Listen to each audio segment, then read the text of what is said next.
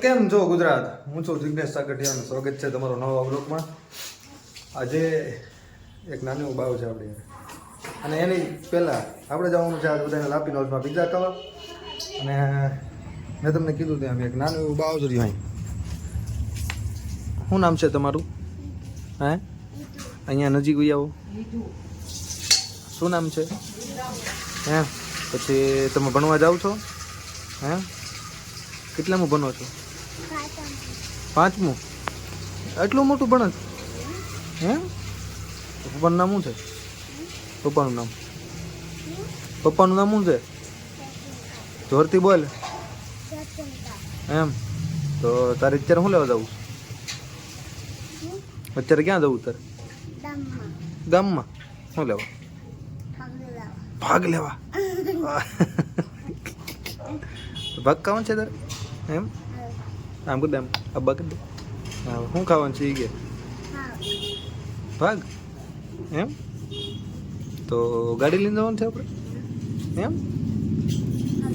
જવું છે? ગાડીની ચાવી છે તારી પાસે? તારી પાસે ગાડીની ચાવી? તારી પાસે ગાડીની ચાવી છે? તો કેમ જવું? એમ શું ખાવાનું છે તારે? તો તું વહી જઈશ તો હું નહીં લાવી જાઉં. અહીં બે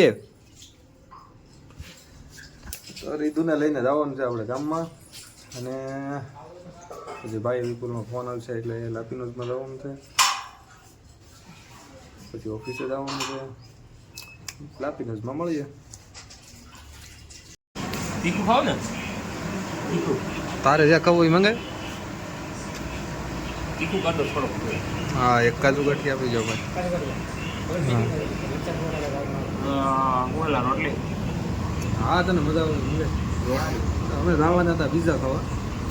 અમારા ભાઈને કાજુ ગાંઠિયા ખાવાનું મન ખૂબ. અમે આવ્યા છીએ હિંડોળા સતનામ ધાબા. મસ્તનું તીખું તીખું છે.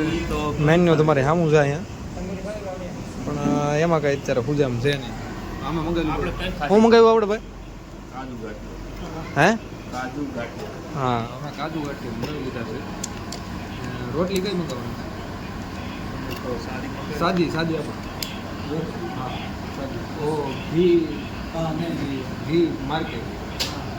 હા, લગાતી બટર ભાઈ ના પડે. હા, ઓકે, થેન્ક યુ. હા, છાશ છાશ. હું મારો ભાઈ અમે ખાવા આવ્યો છીએ. તમારે બધાને ખાવું હોય તો અહીંયા આવીને ખાઈ જજો. ખબર બીજું તમે શું કરીએ? બિલ અમુક દઈ દઈ ભાઈ. ના ના, બિલ અમુક ના. અમારું બિલ અહીંયા હપ્તા દેવાનું છે. ખાઈ લઈએ ભાઈ નિરાતે. આગળ આવે તો તમને બતાવીએ ને કાજુ ગાંઠિયા કેવા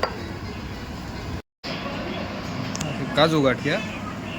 આ થોડોક નોર્મલ. આ મિરચા એના ફેમસ છે ભાઈ. આ સતનામ ધાબાના આ કાજુ ગાંઠિયાનું શાક છે. અમારો ભાઈ રોટલીની રાહ જોવે છે. રોટલી આવી જાય એટલે અહીંયા આગળ બગડા સટી બોલવાની છે.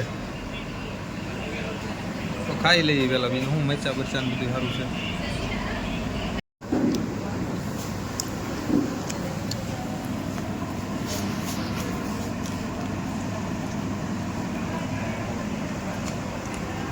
ભાઈ